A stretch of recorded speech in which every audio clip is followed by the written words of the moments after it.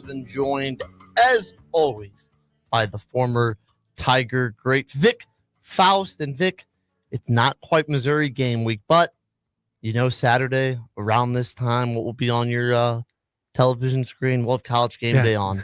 And that means, Vic, we are 5 days away from the college football season, week 0, officially kicking off, which means that Missouri football is just 10 days away from getting underway when the Tigers take on Central Arkansas next Thursday. It's already here. Happy Monday. Thank goodness. I was thinking about this, my friend, and the reason I saw this going down is the fact that we had a summer where, at least in the St. Louis area, it's not fun to be a Cardinals fan right now. Yeah.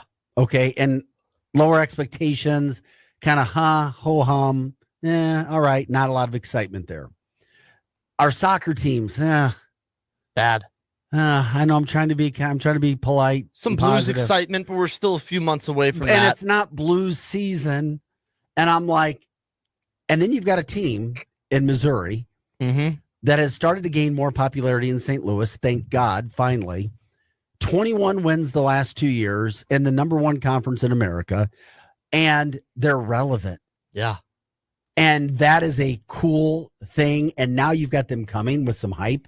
So I do think that there's an anticipation for Missouri football.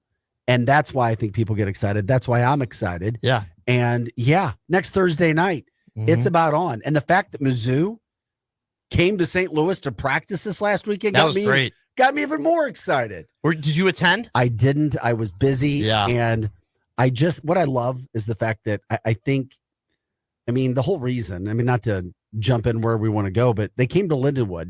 It was supposed to be a walkthrough, ended up being a full-fledged scrimmage, which was great to simulate. I think you brought it up last week. It's only an hour and a half drive, but still. To simulate a road game because they don't have one until October 18th. That's their first road game. Now, I want to jump into football, but quickly, I do want to say we are Mizzou sports. Mizzou soccer was the first one, the women's soccer to start off the season. They drew 1-1 against South Dakota State. They play Youngstown State on Wednesday at 7. Working on Coach Golan or Coach Sullivan of the volleyball program. That has a lot of hype. We're going to get hopefully both of them to come on down the road, especially Coach Sullivan with that volleyball program. There is a young woman who scored a goal, first goal. She's a sophomore for Mizzou last Tuesday. She's a St. Louis area kid. I met her mom on Saturday, and her mom was so excited, still talking about her daughter's. I don't know. I can't think of the name right now. I'd recognize it. But you said it, I was going to give her a shout out, but sophomore. It's Ava Vatier. There you go. Yeah. Scored her first goal. And in a Mizzou win. Mizzou wasn't playing some dominant competition that night. Yeah. But they won, and mom's still excited. Talked to her about it. She's a Mizzou fan, Mizzou alum. So I'm glad you brought up the soccer team and the volleyball team. Yeah, we're gonna definitely discuss them.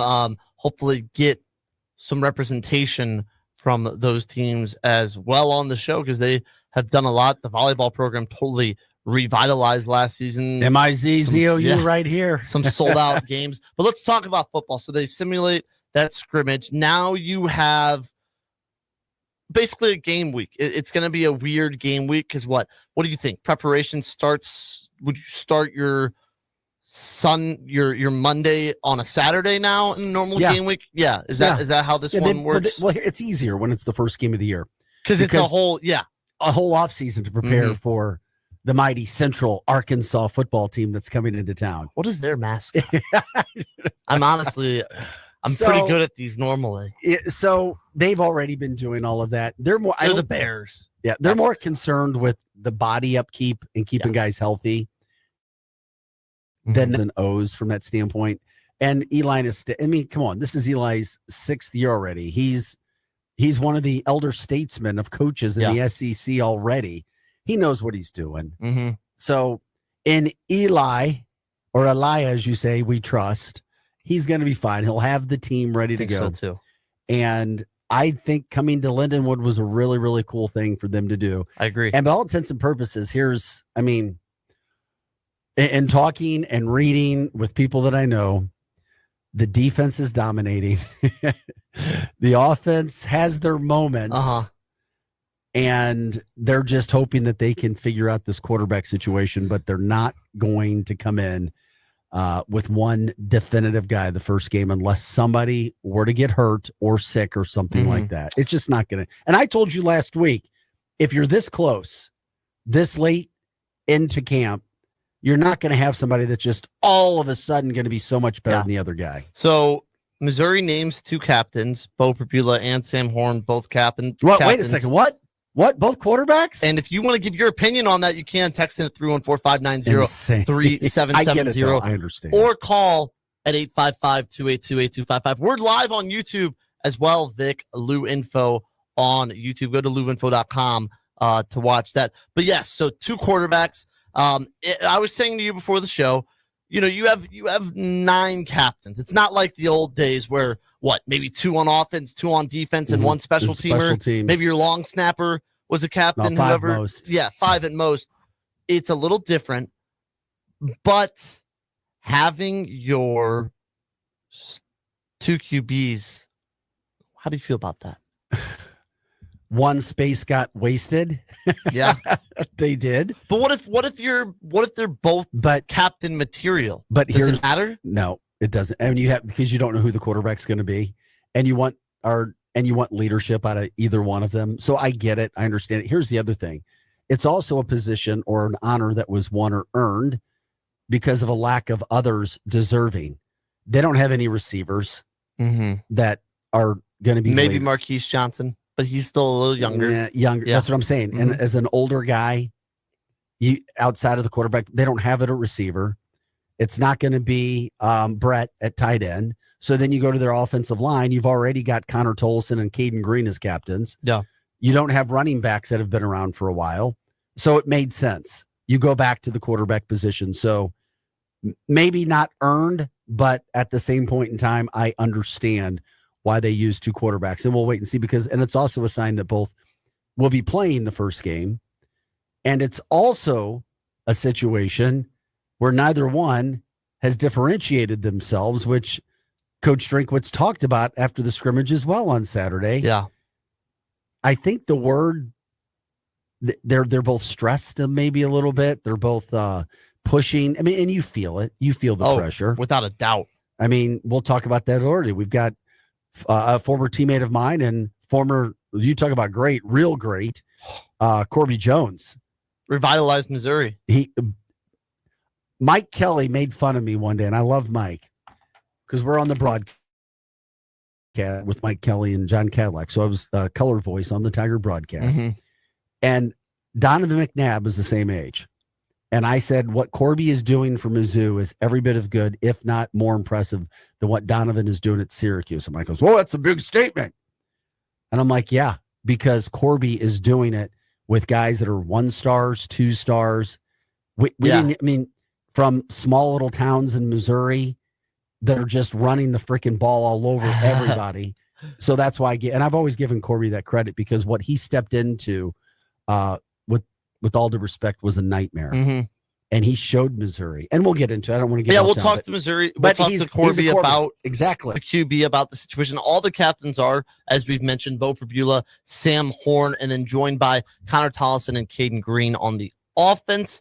On defense, defensive end Zion Young, linebacker Khalil Jacobs, and then safeties Dalen Carnell and Jalen Catalone. And then Logan Muckey, a 5th-year receiver, will be the special teams captain. So here's my thing. You mentioned how good the defense has looked. That is the scary of, has the defense looked really good because the offense is really bad, or is the defense that good? I'm going to say it's somewhere in the middle. I also really? No. I think it's that good. I think the defense is that good, but I don't know if the offense and the QBs have looked that great. Here we go. Sam Horn was supposed to be here's what's interesting. Sam Horn is still in it. He was supposed to be the guy. He was supposed to be the number 2 guy. Here, no, but I would say that 3 years ago, you would have no surprise that by this point, you would say, yeah, Sam Horn's starter. If you asked someone 3 years ago, 2 years under Cook, of course he is. And then baseball and injuries, not getting a chance to play. And then, here we go. Sam Horn, he's still in it. Yeah. I'm telling you that. I mean, I'm just like, Sam is still in it. he's been the guy that learned, and we talked about this a little last week. He learned under Brady. Learned the system. He's been around for a while. Prabula, had a lot more. He has more game action, obviously, but a new offense, new system, new town. They're both going to play. It is what it is, and then we'll find out, and we'll see. I think that is it. Okay. Matthew Rocchio said something about this, and I thought it was a really good point. What did Mr. Rocchio So he said at one point, I was happy because I was like, oh, good for Sam. He is playing so well. He's keeping in this quarterback competition.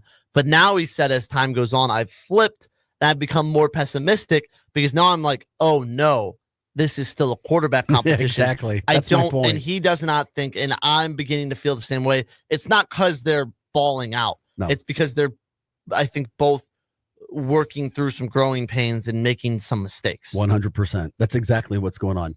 Normally, and it's not uncommon for the defense to be ahead of the offense in spring football. It's easier. And in two-a-days. So I'm not worried that they, quote, haven't looked great yet. Yeah, no. This defense, and we're not doing it enough justice if we don't talk about it, and we talk about it. Eli Drinkwitz on Saturday said, people listen to this. He's got 18 rotating players right now.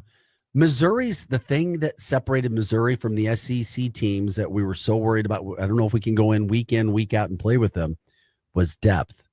And now Missouri has a defense that is as good as anybody in the country and has as much depth, if not more than, Alabama. That's right. Florida. That's right. They've got the depth. Eli says 18 guys are rotating right now, and he's like, and it could be as many as 23, 24, 25. That's crazy. Guys playing. That's insane. And to earn, and the other thing that people sometimes may not realize, it's damn hard to get on the field in college. Oh, go to a practice. You see so many darn good guys playing football, and then they may never even see the field. Because you know what all those guys were? They were the best player at their high school, or one of. So it's hard to get on a field. I don't care if it was back when we were sucking it up, when my teams were that good, or now. It's hard to get on a damn field. So if you get on a field, that shows how good you are. And now he's talking about getting 25 guys on to play an SEC schedule. That's how good this defense is. That's why people should be excited. And yes, it's only going to make that offense better. I agree with you. And I think when I say that too, with the defense being easier, it's easier to implement the defense quickly. The base sets all over the world. Everyone understands cover 3, cover 2 base. And then you can throw in the exotic stuff as well. It's a little easier to get that implemented when you're scrimmaging an offense that's maybe trying to find some things. I am still, if you said, who would you start right now, week 2 versus Kansas? Here we go. Well, first off, do you think that I still think whoever starts that game against Central Arkansas, even though both will get a half, that's probably your starter. Would you say yes to that? Would I say yes? Who starts Central Arkansas is most likely, barring an awful performance, which I don't think either guy will have against Central Arkansas. They'll start Kansas. Might have a tiny edge unless Drinkwood says I flipped a coin. Yeah, I agree. I agree with you. I still think it should be Bo Prabula. Okay. Because I think... Why? Because he had a big payment to transfer here? No. I think that you're going to be a run-heavy team. Either way, whoever's starting, Ahmad Hardy should be your superstar of this offense. I think who complements that the best is Bo Prabula. And I know we're excited about Sam Horn's legs. Talking about at SEC Media Days, they talked about how fast he was, how agile he is. I still think Bo Prabula is just that much bigger of a threat in the QB room with his legs. And all of a sudden now you're game planning for Ahmad Hardy, you're game planning for Bo's legs. You can hide the arm a little bit if it's not there. You know what? Things open up a little bit more. Play action works a little bit better. And maybe has an awful passing day, but if he runs for 150 yards, it still might be enough to win the game. I'm not even concerned. I don't even care who the quarterback is. Really? I don't. I'm at that point. I'm like, I talked about it so much and I was wondering, and I'm like, if they're this close, this late in the year, then I don't care right now. But are they this close because they're both playing poorly and that poor play might transfer over?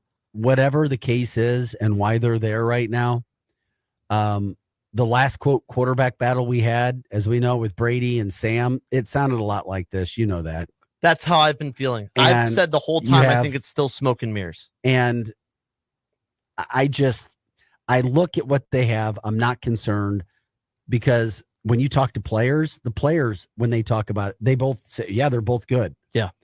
There's no, even players are saying that. So whatever we're going to get a quarterback for Missouri, okay, whatever it is, fine. They will win or lose with that offensive line. And I know they've got a lot of good receivers. Maybe there's no Luther, but Kevin Coleman's pretty darn good. But they've got a lot of guys that are way above average. Once again, a depth that we haven't seen at that position in a while. They had depth last year, but they've got even more depth this year because of freshmen. Yeah, there's some freshman guys. What's his name? Coming on. I know. I his name is tough to pronounce. Yeah, exactly. Anyway, I'm excited about it. I love it, and then I get all fired up because I believe it's Donovan Alugbodi. Yeah, there we go. At some point in time, we need to do a simulcast somehow, some way with or getting interviews with some of these other complete dumb butts from the SEC who want to talk media. Talk about those outkick coverage. We got a big network, so we're smart. I don't think Outkick has a big. I'm anti-Outkick. I don't think they're very smart. These SEC broadcasters come off as some of the dumbest we're any of those guys people in the country. Meaning they talk about. I know what you're saying. Yes. They come out. Yes. Yeah, they were on Outkick as host. Well, clearly it doesn't take a lot if you and I are here, but we're not saying stupid things. Are you kidding me? If people didn't see it, one goes, well, there's no way Missouri is an SEC team. Okay, whatever, because they got rocks. They got white rocks. Let me find this real quick. They got white rocks out there. And, these people are dumb. They look dumb and they sound dumb. Just focus on your teams. I'm sorry Missouri has come into the SEC and had a whole lot more success than any of your Southern teams have had. Do you want to hear it? Yeah, let's play it. It got me fired up. Here we go. Missouri, I mean, to me, any game I watch that's played at their home state, I see the Rocks and I think, this belongs in the Conference USA. Oh my God! And when you're talking about like the pebble landscape, in the end zone, I'm thinking like this is Middle Tennessee should be playing. That's really good. When you don't have stands in the end zone, that's always a strike against you. That goes into what I'm thinking. That's just silly. And they go on to say, I don't want to play the whole thing. They go on to say that Elijah Drinkett's one good year away from leaving somewhere like Florida. And right now, I looked, Vic, Florida is not finished with a better record than Missouri in the SEC since 2020. Is that Drink's first year? No. I believe it was 2021 was his first year, right? He's had 5 years. This is season number 6. So 1 year in Drink's tenure has Florida finished above Missouri in the SEC. It's the old thinking back to Tim Tebow, Danny Warfel days. Sorry. Those days have been long gone. Spurrier's not there. And the last time we saw Florida, I don't care if it took a 4th and 17 play, it still happened. They lost. And Missouri's worst game of the year, they still beat you, Florida. I mean, give me a break. I think Missouri gets a lot of hate for the SEC. I think it's because people try to say, well, they're not a Southern school. True. They don't have the traditions and things of other SEC schools. That's true. But Missouri, I think, is not trying to fake it. What's happened with Missouri is they've had just as much success as, if not more, than a lot of the SEC regulars. They couldn't believe that a team could actually come into the SEC, who they didn't really want in the first place, make 2 championship games in 2 out of 3 years. And it's like, oh, we hate them. We hate them. And, oh, yeah, they're the northern school up there. Sorry, that got me a little fired up. There are just, and I use that word, there's so many damn dumb people that cover SEC football. There are.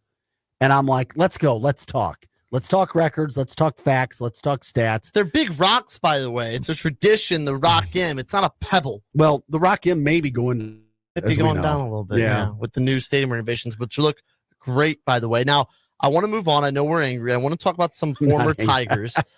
Before we get Corby on, take a break.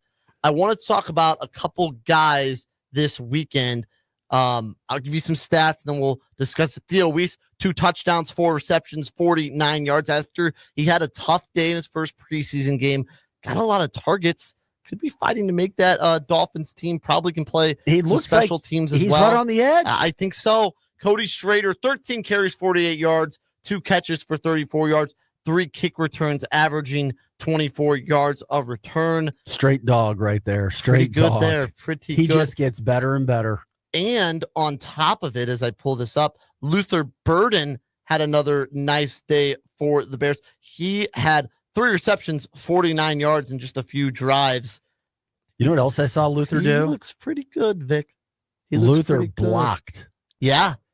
Did you see the block? Some goal line block. Oh, Luther, here's the thing. This is why Ben Johnson was such a great coach with the Lions, and why I hated to see him go. Kicked him in the butt a little bit, I believe, with Luther. No, he did. And by the way, if you're watching on YouTube, you got your Luther shirt on. I love it. Got a little Luther shirt on. Damn. Yeah. I mean, Ben, because he had so much success in Detroit, he came in like he was already some established head coach in Chicago. He had that respect. And he knows how to deal with the media, and he knows how to deal with players. And it is clear because he has Luther. I mean, Luther blocking, pancake block on the goal line. And the thing that I love about that is receiving is one part of being a receiver. Yeah. You know, I have a son who's gotten a lot of credit because of his blocking as well. And if you're a receiver that's going to go block, the entire sideline was excited watching Luther get a pancake block. He comes to the sideline and they're cheering it. That's why I can't stand the Bears. Sorry, Bears fans, but they're going to be a whole lot better with Ben Johnson. When you see players getting excited and celebrating their receivers doing that, way to go, Luther. It shows you're a team player. Oh, yeah. Hopefully at some point in Luther's career, he'll be such a superstar. He's not really, he's not, let's just say at some point, hopefully he's good enough where the blocking doesn't really matter. I'm with you, man. I get it. I'd love to see that we got some guys doing well. Isaiah McGuire, also former Missouri Tiger, had a sack for the Cleveland Browns. A lot of Tigers. Brady, I watched Brady the other night, He looked good, too. Yeah, they put him at third string because of the Martinez kid having a better game before him. They used Martinez in the second spot, and I thought he did some good things. I don't know where Brady's going to make it. He's going to be on an NFL roster somewhere. I'd be surprised if he's not. So here's my concern with that is that I saw that the Jets were working out some quarterbacks. Yeah. I'm worried that Martinez and Cook aren't going to make the roster, and they're going to work out a quarterback and make him the third stringer. But he's going to land on his feet somewhere. Even if it's a practice squad this year. That's what Martinez did last couple years. Yeah, I think he will get a chance, surely, to find a spot on a team. Don't you? I do. I'm trying to find his stats from the other day. All Brady has to do is continue to be Brady Cook. Now, we don't know what's happening in the film rooms. We don't know the study, how they're adjusting, how quick they're picking up a new offense, but we get to see a little bit of what they're doing. And Tyrod Taylor being out has only helped Gives him more time. Yeah, he went 6 for 11, 74 yards, and a touchdown for the Jets. By the way, did you see the touchdown throw? Guy made an incredible diving catch. Yeah, it was unreal. Why don't we take a quick break, Vic? Come back. We'll have Corby Jones on the Missouri Hall of Famer to talk about himself, his career, and the upcoming Missouri Tigers. This is MIZ-ZOU on the Lou Information Station. Don't forget, we're live and on demand at louinfo.com. You've seen this. It's brand new. Are you online? Oh, hey. Oh, so you're new here. All right, let's get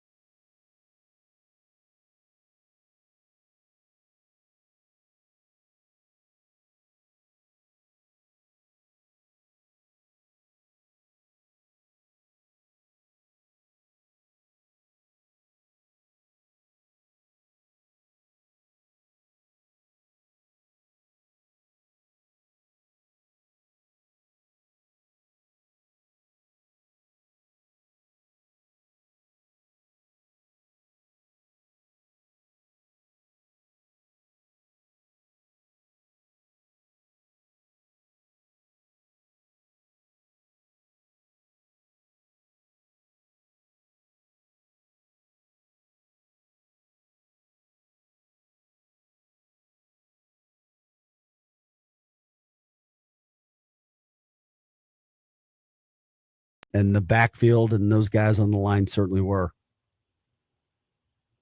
Absolutely. I mean, it was a joy to play with those guys. And whether or not I was as talented as everybody else that we played against, I think my guys knew that I was going to go and I was going to fight every down.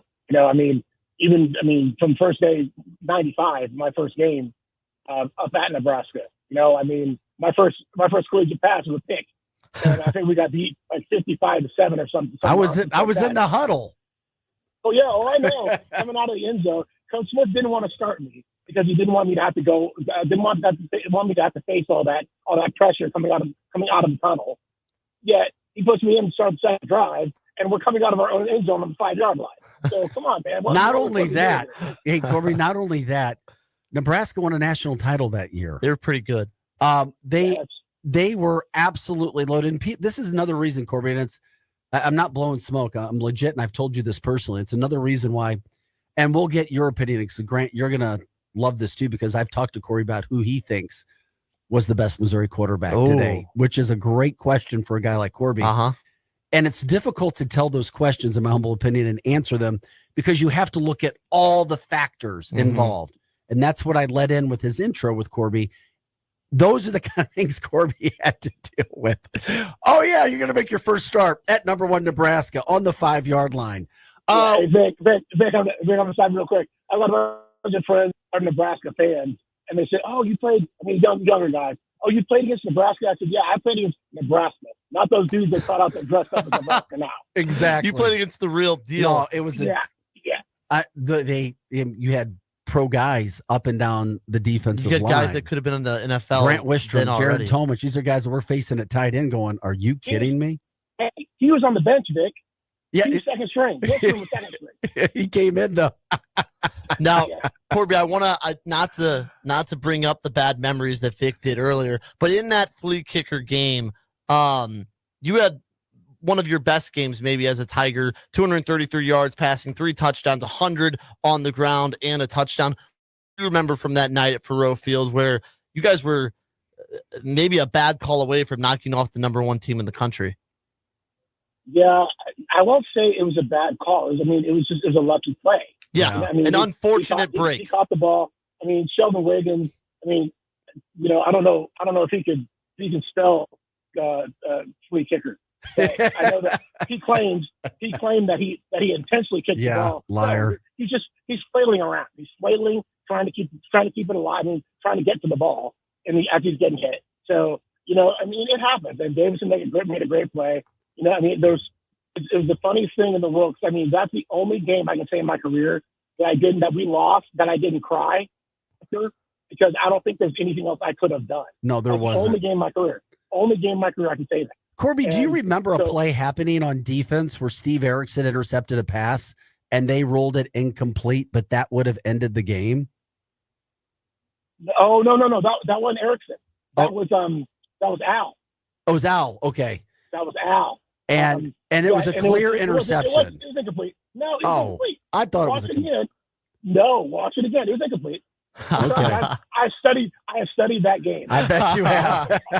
Our former coaches, anytime that game comes on, our former defense coordinator, John Hoke will send me a text every time that game comes on.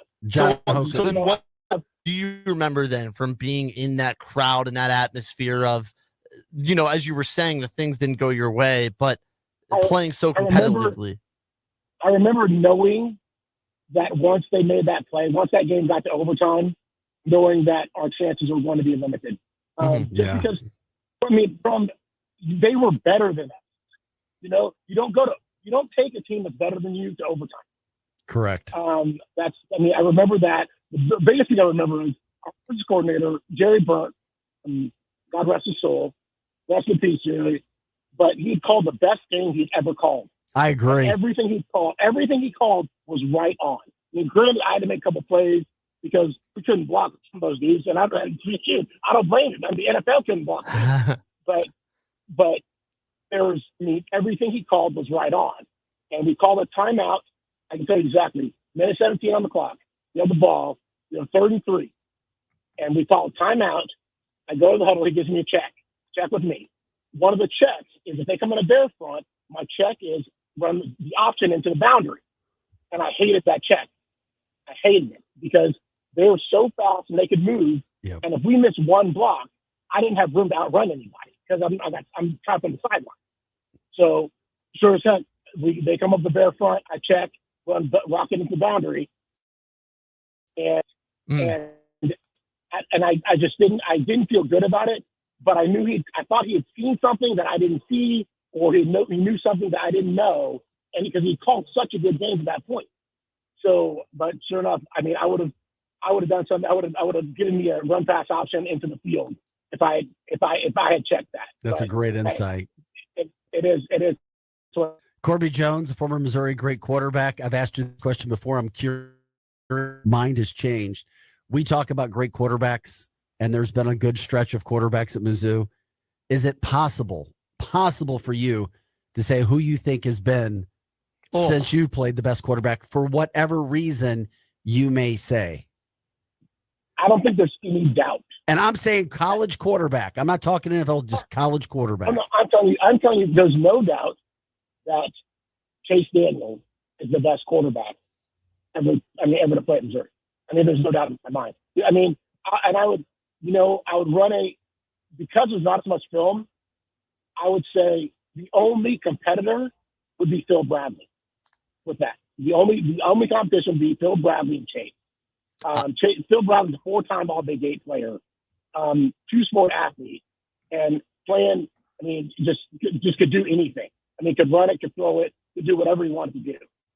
But Chase was a leader, and he won a lot of games. Granted, he had an outstanding surrounding cast, but I'm not gonna take that away from him. Just what he did, I think he's the best. I mean, he's not the best athlete, not the strongest arm, might have been the smartest, but I mean, his football IQ is, unquestionable. But I think that there's no doubt in my mind within the past 40 years, then I'd say Chase Daniel. I think I'd have to agree with that. The way that Daniel threw the ball, we haven't seen that at Missouri since, or just the way he won games. I think for Missouri, the success he brought puts him up there. Now, speaking of quarterbacks, Corby, I want to get your opinion on the quarterback battle that Missouri has, because you were in a quarterback battle at one point in your Tiger career. Kinda, not really. We needed him. Yeah, Kinda. It was when he a pseudo battle, freshman. maybe. It's like, how long can we keep Corby on the bench and not ruin his red shirt? Oh, you got to start at Nebraska. Sorry. That ruined it. Yeah.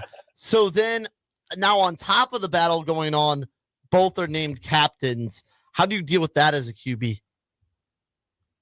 It all depends on how they're approached. That's about coaching. I mean, it's kind of like, I feel like the measure of a good quarterback is the same as a measure of a good coach.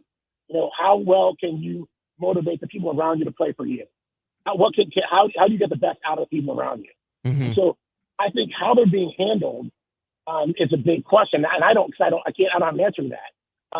Are they looking over their shoulder? Because you're never going to get the best out of a quarterback. If you have 2 quarterbacks, you don't have one, and you're never going to get the best out of them if they're looking over their shoulder. If they're scared to make mistakes, if you're playing scared, you're playing not to lose. You're not playing to win. And that's the fear that I have without naming a quarterback. It's hard for me to justify paying a kid $1.5 million and put him on the bench. That's another thing. Yeah. But I think they'll come around. I mean, from a coaching standpoint, Drake knows what he's doing, and I won't question him. But I will say that as a quarterback, I know that knowing that I'm being handed the keys to the kingdom unquestionably changed my outlook and my approach. 100%. I'm glad you bring it up because, Corby, I agree. And I'm just like, I trust Drinkwitz. So I keep wondering if he's playing his cards close to his vest and he really has a 1, or if he just doesn't. He's going to use 2 for a while. Yeah, I don't know. But here's my question, too, because I haven't seen them play live. And, Horn, if you look at Horn reminds me a little bit of a Blaine Gabbert from a standpoint of you're big, you have a big arm. If I watch you in drills, and took a film of you running drills, you run the 40-yard dash and do all the rest of that stuff, I think you're freaking Tom. I mean, I think you're Patrick Mahomes. Yeah, he does have a live arm. The ball flies out. I mean, he's legit on paper, but I want to see you in a game. You know, I mean, I don't know once the lights come on, a lot of people change, and I've seen that happen a lot of times. So, I mean, I can't put all my eggs in that basket right now until I see them play. Yeah, I think that's the thing that both players, while Sam Horn's gotten to play, I think, two halves of football in his time here. Perbula got to play a little more at Penn State last year, but a lot of that was in gadget situations, and you would know best being the dual threat quarterback that you are. And I was saying this to Vic earlier, I would give my nod to Perbula right now because of the way he can use his legs. How much does that benefit a QB when not only does the defense have to game plan and always be worried about your arm, but you can also tuck it and run and make a play with your legs at any time? Well, it takes somebody out of the front, out of the front seven. You know, I mean, there's somebody that has to account for you. They have to spy you. They have to do something to account for you improvising or making a play. You know, I mean, you see it now. I mean, you see it in the NFL. I mean, the NFL has shied away from the concrete foot quarterback, the 6'5", 6'6" guy with a big arm, and they've gone to somebody that can make some plays for the most part. You know, I mean, shoot, if I came out nowadays, I might be a second-round quarterback instead of a six-round running back. You know, I mean, it's craziness. But there's a difference in the game. But Sam has legs too, and no one talks about that. He can run, but I think he wants to stay within the play a little more and play by the book a little more than Bo does. I mean, Brock said Bo reminds him a little bit of me in a lot of ways. I mean, from a stature standpoint, from an athleticism standpoint. I could think of worse things. I want to see what happens. I mean, I'm excited to see. I mean, I think that given where we are offensively right now, I think Perbula gives us the best chance at this stage. I mean, our defense looks like it's gonna. I mean, it could win some games for us. Yes, but I mean, we still got to score some points. I think too is that the defense could look even better with maybe the legs of Perbula, a lot of running, and I think there's going to be a lot of handoffs to that new stud running back in Ahmad Hardy. Maybe this backfield could give shades of 97, 98 with play action, with baby. you and Olivo back there. As a defensive guy, you hate dealing with play action with a guy like Corby and running backs. You didn't mean to interrupt you there, Corby. I was just saying the play action with you, man. That's hard. I mean, I'm telling you, if they can put that all together, because I haven't seen him play it, but I hear the running back is legit. I mean, I hear that he's a stud. Yeah, I think Hardy, he was second in yards after contact behind Ashton Genty, accounted for over 1,300 yards after he was first hit last season. I don't care what conference you're playing in. That's pretty good. Oh, yeah. I mean, we saw Genty do it last year once he got to the playoffs. Mm-hmm. I mean, he's playing against the best, and he can still make some plays. You know, I mean, and he doesn't have these big holes open in front of him. I mean, he's got to make his own holes. He's got to make his own ways and find his own blocks. So, I mean, anyone. I don't care what level you're playing. I agree. I mean, you can, if you can play football, you can play football. Hey, Corby, when's the first MIZ-ZOU game you're going to get a chance to go to? I'll go down to KU. Okay. I was hoping that'd be your answer. I'll catch up with you, my friend, when we're down there, and I appreciate the time. This is outstanding. So, absolutely. Thanks, guys. If you had to, before we let you go real quick, what's your score prediction for that KU game? I can't give you one. Oh. I can't. I mean, I can't. I don't typically do that. I think we win by 17. Oh, I like that. I like that confidence. Well, Corby, thank you a lot for coming on for sure. We'll have to have you on again. We really appreciate it. And that was some great insight into the mind of the QBs right now. Absolutely, guys. No problem. Corby, take it easy, man. We'll see you later. All right. See you. Catch you later.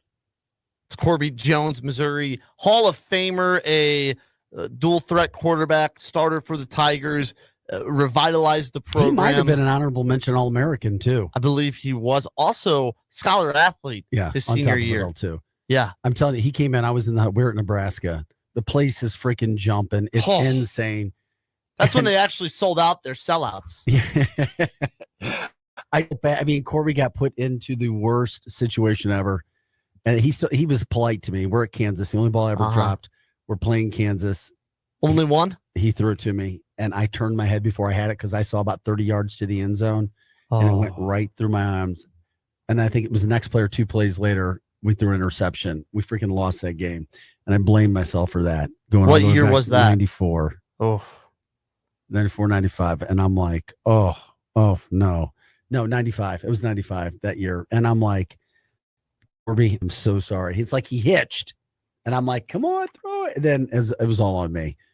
And then I just remember it took me back to the Nebraska game as a freshman, legit true freshman on his 5-yard line at Lincoln. And that place was college heaven in the 90s.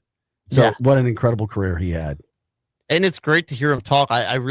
We will for sure have to come back. But I like that Pribula to Jones comparison that Coach Olivo gave. Hey, that gets me excited. Whew, that makes me happy.